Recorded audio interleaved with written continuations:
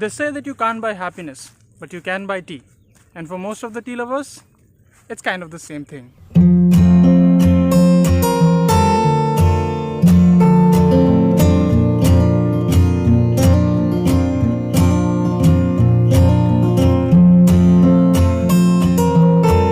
Some 10 kilometers away from the city of Agartala lies the tiny little village of DURGABARI. Pretty sure it's not bigger than a cricket stadium.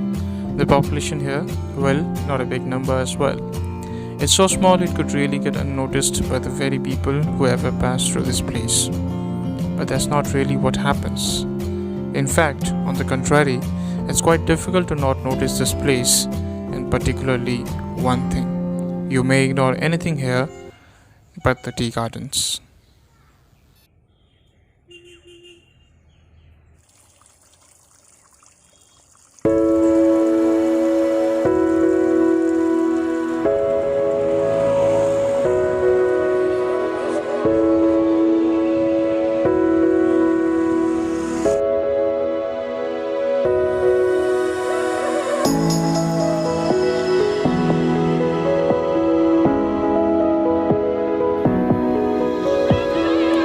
The DURGABARI Tea Estate is one of the most prominent gardens and producers of tea in Tripura and Northeast India. As per the Tea Board of India, the estate is spread over an area of almost 74.12 acres, of which nearly 59 acres are used for tea plantations. Over the period of a year, it produces over 2 lakh kgs of tea.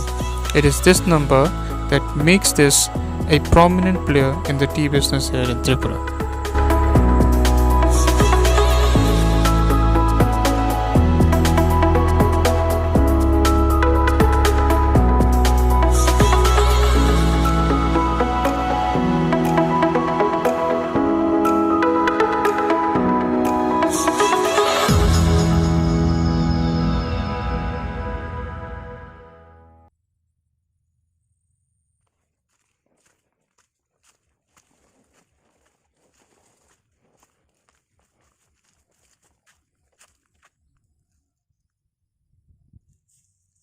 For a big garden like this, it needs a lot of workers. When I asked one of the workers, he said that there are at least 200 of them. His numbers seemed quite reasonable. It may be even more, but definitely not less than 200.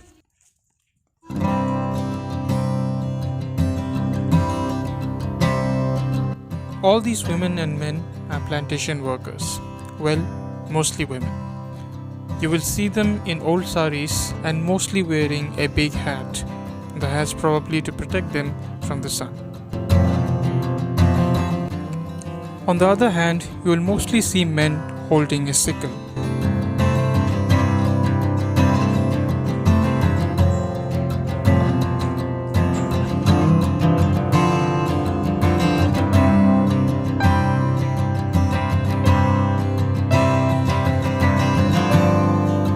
It's harvesting time now. It's the time when these women collect the matured leaves and carry them to the factory with the help of these big nylon bags filled with tea leaves over their heads. They seem to do it quite patient and diligently. As for me, I simply followed.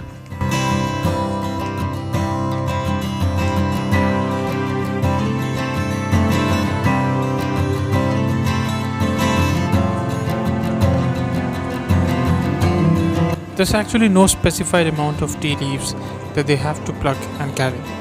As per their convenience, they may collect 9 or 10 to even 20 kgs of tea leaves at a single time and then carry it all the way to the factory. Yes, the tea factory.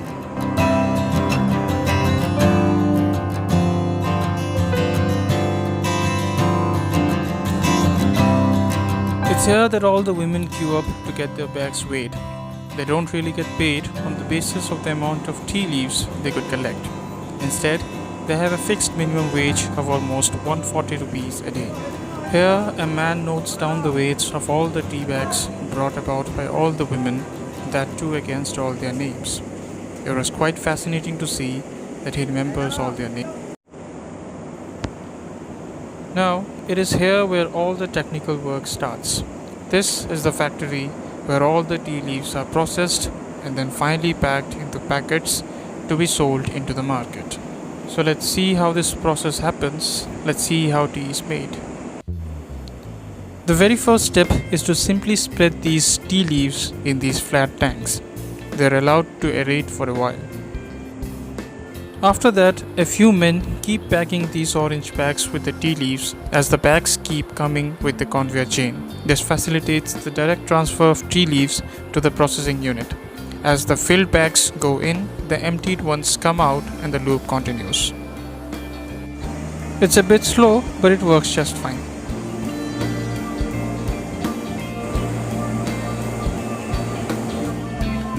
One of the workers, Jadav, was actually quite excited to show me around. He was my tour guide for the day. This is where the tea leaves are cut into fine small pieces. After cutting, we will get to see the tea leaves turn into something like this,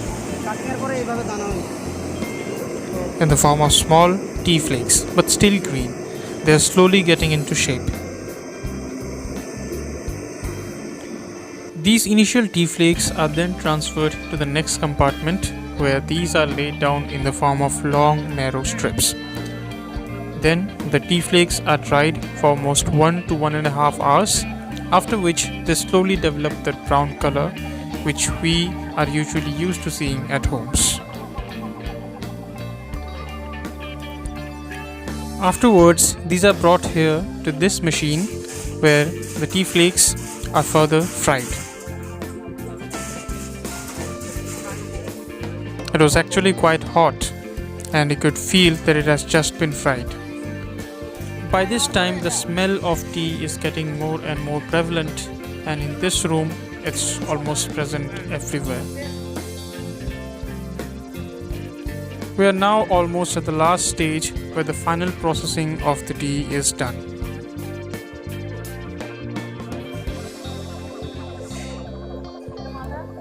The fried product is then lined up here in this machine, through which it finally goes to a storage tank. Before going to the tank, one last filter of any impurities is surely done. Impurities like sand, dust or stones. From the tank, the tea gets distributed to different machines which finally produce tea of varying sizes. Thanks to Jadav, he was diligent enough to show me all the tea varieties one by one.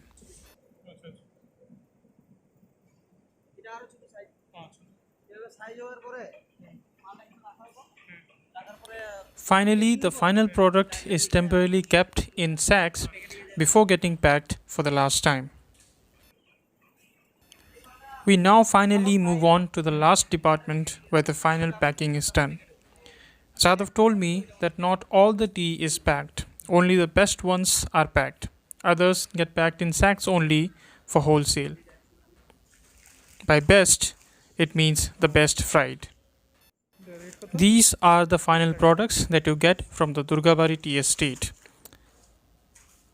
DURGABARI Tea Estate produces packages of only 150 grams.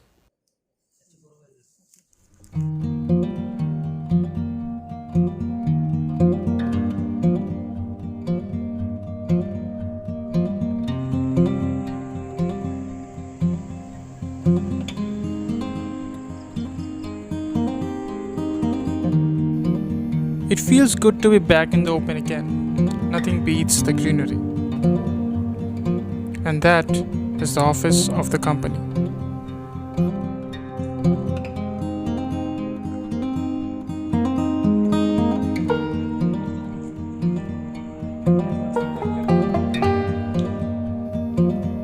If you ever wish to stay here for a bit longer, then there's a small guest house too. It looks cozy enough for a night or two.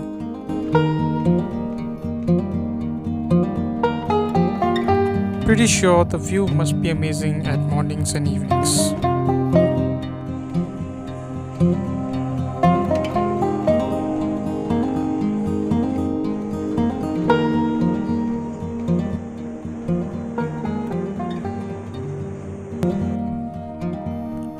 Well, it's time to go to home now.